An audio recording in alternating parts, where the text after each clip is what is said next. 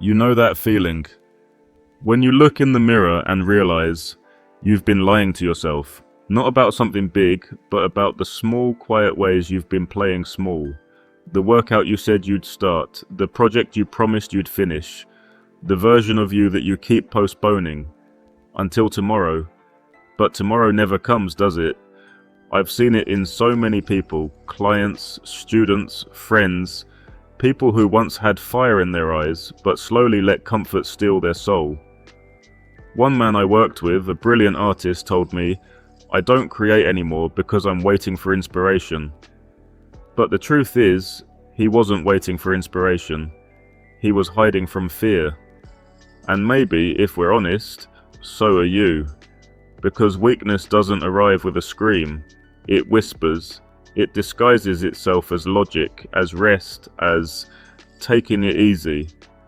But one day, you wake up and realize it's been killing you softly, year after year. The Stoics understood this long before modern psychology had a word for it. Marcus Aurelius, the most powerful man in the world at the time, wrote to himself, "You have power over your mind, not outside events. Realize this and you will find strength." He wasn't trying to sound wise. He was reminding himself not to surrender to his own weakness, because he knew the hardest battle you'll ever fight is not out there, it's in here, inside your mind. Let me ask you something. Have you ever known exactly what you should do, but didn't do it? You knew you should get up earlier. You knew you should speak your truth. You knew you should stop wasting time. And yet, you didn't. That's the voice of weakness. And the more you obey it, the stronger it becomes. I used to think strength meant being fearless, but Stoicism taught me something far deeper. Strength means acting despite fear. It's not about killing emotion, it's about mastering it. It's about standing in the fire of discomfort and saying, "I belong here." One of my students once told me that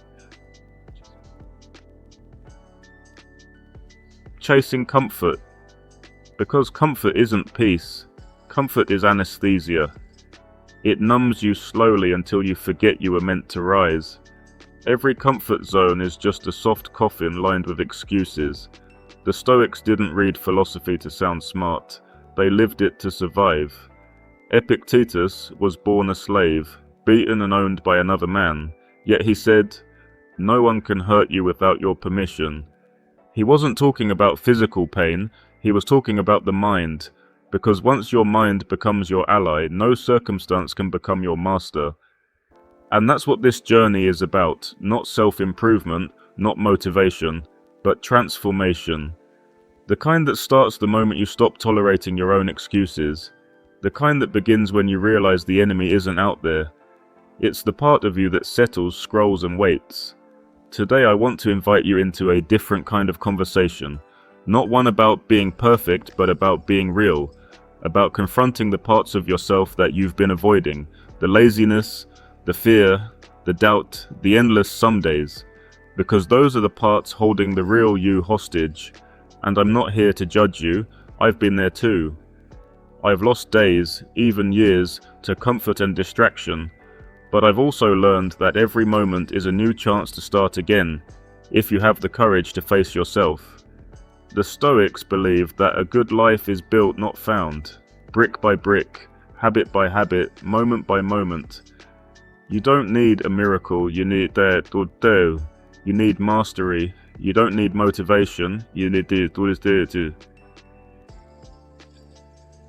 So over the next few minutes, we're going to walk through 10 Stoic principles, not rules, not cliches, but living truths that will help you kill the weakness that's been quietly draining your life.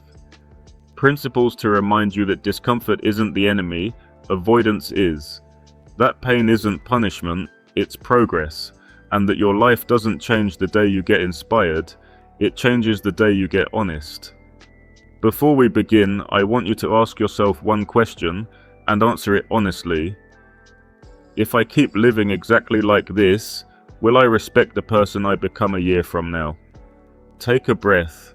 Let that question sit in your chest for a moment, because this is not just another motivational video, This is a wake-up call. The weak version of you doesn't need one more pep talk, it needs a funeral. And what rises from those ashes will be someone unstoppable. Let's begin.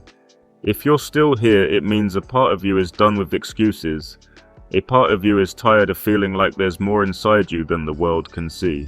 So let's talk about how to reclaim that fire through 5 Stoic principles that have changed thousands of lives, including my own. 1. Your comfort zone is your coffin. You're not dying someday, you're dying right now. Every second you spend choosing comfort over growth. Every time you say, "I'll start tomorrow," you dig another inch into your own grave. I once worked with a man in his 40s who told me he felt stuck. He had a good job, a decent house, a predictable life, but every morning he woke up feeling hollow. I asked him, when was the last time you did something that scared you? He said, college. That's the problem. Most people stop living the moment they stop being uncomfortable. The Stoics understood this better than anyone. Epictetus, once a slave, said, "No man is free who is not master of himself."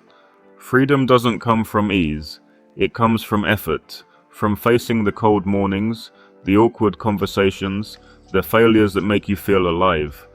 You see, the discomfort of discipline weighs ounces, but the regret of comfort weighs tons. 20 years from now, you'll either thank yourself for the discomfort you chose, or you'll hate yourself for the comfort you refuse to leave. Which one will it be? 2. The war in your mind. There's a war happening inside your head right now. One voice whispers, "You're not good enough. You'll never make it." The other says, "You were born for this. You can rise again." Marcus Aurelius ruled an empire, yet he wrote to himself every night like a student begging for guidance. He knew the truth. The real enemy is not the world, it's the voice between your ears. That voice of weakness is clever. It won't always say you can't. Sometimes it says, "Be realistic." It says, "Don't get your hopes up." It sounds wise, but it's poison disguised as logic. You've been carrying the voices of other people your whole life. Teachers who doubted you, friends who mocked your dreams, family who told you to play it safe. But none of that belongs to you. Your strong voice, the one you keep silencing, that's the real you. The Stoics called it prohairesis, your inner faculty of choice, the power to decide what gets to live inside your mind. From this moment forward, guard that gate. Be the bouncer of your own thoughts. When weakness knocks, don't let it in, because every battle in life is won or lost in the 6 inches between your ears. 3. Your excuses are death certificates. Every time you say, "I don't have time," you're signing the death certificate of your dreams. Every "what if I fail" buries another part of your courage. Excuses are seductive. They sound reasonable, even kind. But really, they're fear wearing a business suit. Seneca lost everything more than once. Exiled, betrayed, stripped of wealth. Yet he wrote, "It's not that we have a short life, but that we waste much of it." While you're explaining why you can't, someone else is proving why they can. A woman I coached recently told me, "I've always wanted to start a podcast, but I don't have the gear, the followers, the experience." I smiled and said, "Neither did I when I began." What's your excuse really protecting you from?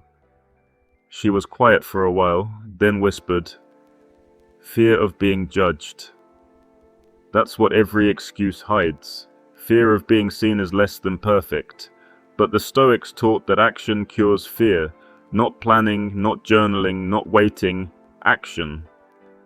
The moment you take one imperfect step, the illusion of fear starts to dissolve. So here's your challenge. Write down your biggest excuse, then burn it. Because from this moment on, that story is dead to you. 4. Forge your soul in the fire. Pain is not your enemy, it's your forge. Difficulty is not your punishment, it's your purification. Marcus Aurelius buried children, watched his empire crumble, and still wrote, What stands in the way becomes the way. He didn't say that because it sounded pretty, he said it because it was survival. He learned that obstacles don't block the path, they are the path. Every struggle you face is a test, not of what you can endure, but of what you can become. While others complain about how hard life is, the Stoic uses hardship as fuel, because if it was easy, it wouldn't change you. I remember talking to a veteran who had lost a leg in combat. He told me, "At first I thought life was over, but that pain forced me to rebuild everything, my habits, my purpose, even my spirit. And what I found was someone stronger than I ever knew existed." That's the fire. The pain doesn't destroy you. It burns away everything that isn't real. So stop asking, why is this happening to me? Start asking, what is this trying to teach me? Because the universe isn't punishing you, it's preparing you. 5. Own your life like your life depends on it. Everything in your life, every success, every failure, every emotion is your responsibility. Not the government's, not your parents', not your boss's, yours. Epictetus, a man who owned nothing, said, "It's not what happens to you, but how you react to it that matters." He had no control over his body, his freedom, or his fate, but he controlled his mind, and that made him freer than his masters. We live in a culture addicted to blame. We blame our childhood, our relationships, our genetics, even Mercury retrograde. But as long as you keep pointing fingers, you'll never lift yourself up.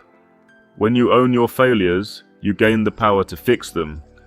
When you own your circumstances, you gain the power to change them. When you own your life, you gain the freedom to redesign it. I once met a woman who told me she'd spent years angry at her parents for not supporting her dreams. One day she realized, but they weren't coming to save her, no one was, so she stopped waiting, took ownership, and built the life she wanted from scratch. And you know what happened? She didn't just become successful, she became peaceful. Because ownership isn't just power, it's peace. Victims complain, leaders create, victims react, leaders respond. And the Stoic, above all, is a leader of the self. So if there's one area of your life you're not proud of, stop making it about what happened to you, start making it about what you're going to do about it. You are not a passenger in this life, you are the driver, the navigator, and the destination. Take a deep breath, because if you've made it this far, you've already done what most people never do. You've faced yourself, you've seen the weakness, and you've chosen to fight it instead of feeding it. But the journey doesn't end here. In the next part, we'll go deeper into the final 5 Stoic principles that will not just make you stronger, but unbreakable. Because this isn't about surviving life, it's about mastering it. Stay with me, the real transformation is just beginning. Take a breath, because from this point on, everything gets deeper. If the first 5 principles helped you confront your weakness, these next 5 will help you transcend it. They'll remind you not just how to fight, but how to live. 6. Live like death is watching. The Stoics had a phrase, memento mori, say, remember, you will die. At first that sounds dark, but it's not about fear, it's about urgency. Marcus Aurelius kept a small skull on his desk, not because he was morbid, but because he wanted to stay awake. He understood what most of us forget, that time is not infinite. Every second we waste worrying about opinions, chasing validation, or postponing our dreams is a second we'll never get back. I once asked a client who always said he didn't have time, "Do you realize how many Mondays you might have left if you lived to 80? He did the math and went silent. It wasn't thousands, it was just a few hundred. That moment changed him. The Stoics didn't meditate on death to be sad, they did it to be alive, to make every sunrise sacred, to turn someday into today. Because when you truly remember that you're dying, you finally start living. So stop waiting for the perfect time. call the person, start the project, take the risk.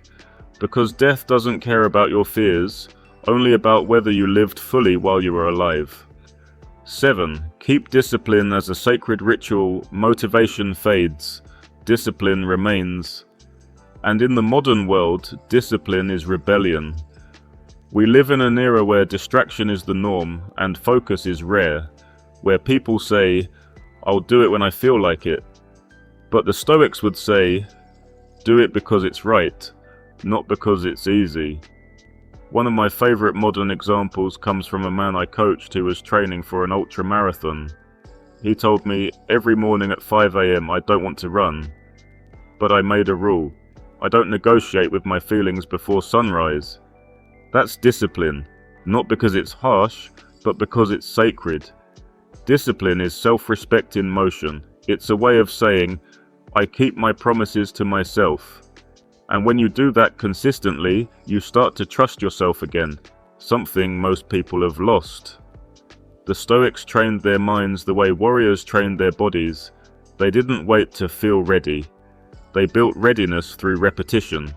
So treat your habits like daily rituals, not chores, not obligations, but sacred commitments to your higher self. Because freedom isn't doing whatever you want, it's mastering the part of you that wants to quit. 8. Turn silence into strength. In the age of noise, silence is a form of power. People think silence means weakness, that you lose by not reacting, not responding, not proving a point. But the Stoics would disagree. They believed that silence is the language of strength. Seneca wrote, "It is better to conquer your anger than to conquer a city." And you can't conquer anger when you're busy arguing with everyone who misunderstands you. A friend of mine, a CEO, once told me, "When people criticize me online, I never respond." I asked why. He said, "Because my energy is too expensive for cheap conversations." That's Stoicism in action. Silence doesn't mean submission. It means selection. It means you've matured enough to choose what deserves your attention. When you learn to be calm in chaos, to pause before reacting, you begin to notice something powerful. That most problems dissolve when you stop feeding them with emotion. In a world obsessed with being heard, be the one who listens, because silence is not emptiness, it's space for wisdom to grow. 9.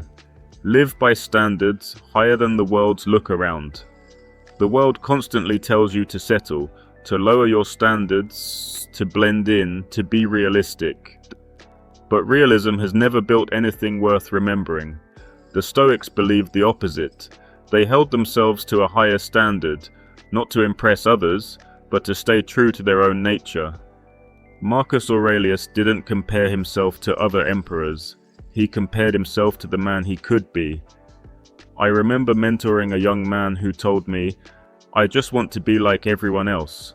Normal." I said, "Be careful with that word. Normal is another name for average, and average is another name for asleep." He looked at me and smiled nervously, but that day he stopped trying to fit in and started standing out. To live with Stoic standards is to live with integrity, to do the right thing even when no one's watching, to speak truth when silence is easier, to choose principle over popularity, because your reputation is what others think of you, but your character is what you know about yourself. And in the end, the Stoic doesn't chase approval, he earns self-respect. 10. Become unbreakable. Now we arrive at the final principle, the essence of Stoicism itself, to become unbreakable. Life will test you again, people will doubt you, plans will fall apart, but the Stoic remains like the rocky headland Marcus Aurelius described. The waves crash upon it, and it stands firm, until around it the boiling waters are laid to rest. That's you now. You're not here to avoid storms, you're here to withstand them. You've faced the voice of weakness and buried it. You've replaced excuses with discipline, fear with ownership, and comfort with courage. The unbreakable person isn't someone who never feels pain. It's someone who never lets pain decide their fate. They still fall, but they rise faster. They still feel fear, but they move anyway. They still bleed, but they bleed forward. A client once told me after losing his business, "I guess life broke me." I said, "No, it didn't. It just revealed the parts of you that weren't strong enough yet." And that's the truth. Life doesn't break you, it shows you where to build. The weak version of you, the one that made excuses, that played safe, that waited for permission, that version has died. What's left now is someone who doesn't just survive, but creates. Someone who doesn't just exist, but lives. Someone who doesn't fear death, because they've already been reborn through truth. That's what it means to be stoic. Not emotionless, but emotionally powerful. Not detached, but deeply present. Not cold, but clear. The stoic doesn't escape the fire. They walk through it and come out refined. They don't reject the world. They master themselves within it. So when the world tries to shake you again, let it. Because you no longer bend. You no longer break. You've become the storm. Take another breath. Look at how far you've come. From self-doubt to self-mastery, from noise to stillness, from weakness to strength. This isn't the end of your journey. It's the beginning of your rebirth. The Stoics never promised comfort, they promised clarity. And once you see life through that lens, there's no going back. Because from this day forward, you'll never again be the same person who started watching this video. The weak you is gone. The strong you has awakened. Welcome to your new life, warrior of the mind. You've just walked through 10 Stoic principles, not as ideas, but as mirrors. Each one reflecting something inside you that's been waiting, maybe for years, to wake up. The truth is, weakness isn't something outside you. It's not a villain lurking in the dark. It's the quiet voice that says, "It's fine. You can settle, you've done enough," and if you listen long enough, that voice becomes your entire life. But here's the miracle. The moment you see it, the illusion breaks. Awareness is the beginning of power. When you stop lying to yourself, you stop living small. The Stoics never wanted you to be perfect. They wanted you to be real. They wanted you to face life, not with arrogance, but with awareness. Not with armor made of ego, but with clarity made of reason. Because when you start living with awareness, everything changes. Suddenly, pain doesn't feel like punishment, it feels like training. Failure doesn't feel like loss, it feels like feedback. And life stops being something that happens to you, it becomes something that happens through you. I've seen this transformation with my own eyes. I've watched broken men rebuild their spirits after losing everything. I've seen women who were crushed by betrayal rise again, calmer, wiser, stronger. And I've seen people who once hated themselves finally look in the mirror and say, "I'm proud of who I'm becoming." That's what Stoicism is about, not suppressing your emotions, but shaping them into strength, not pretending you're unshakable, but learning how to stand back up every single time life knocks you down, because you can't control what happens, but you can always control who you choose to be within it. Marcus Aurelius wrote in his private journal, "Waste no more time arguing what a good man should be. Be one that's your invitation to stop waiting, to stop explaining, to start becoming. You don't need permission to change your life. You don't need the world to approve your transformation. You just need the courage to begin." So if this message stirred something inside you, if you felt that fire, that pulse, that hunger to reclaim your strength, don't let it fade when the video ends. Do something with it. Take one step, however small, toward the life your stronger self deserves. Maybe it's waking up earlier, maybe it's forgiving someone, maybe it's finally letting go of the story that's been chaining you to the past. Whatever it is, do it today, because the clock is ticking and your best life doesn't wait. And before you go, I want you to remember this. The weak version of you, the one that doubted, hesitated, delayed, That version has died somewhere in this journey. In their place stands someone reborn, someone awake, aware, and unstoppable. That's who you are now. The Stoics would tell you, strength isn't about how loud you roar, it's about how quietly you endure and how deliberately you rise. So rise, stand tall, walk into the world with calmness in your mind and fire in your heart. You've already won the hardest battle, the one against yourself. If this message spoke to you, if you felt even a spark of truth in these words, then help me spread that fire. Hit the like button not for me, but as your declaration of growth. Subscribe to Stoic Awakening more.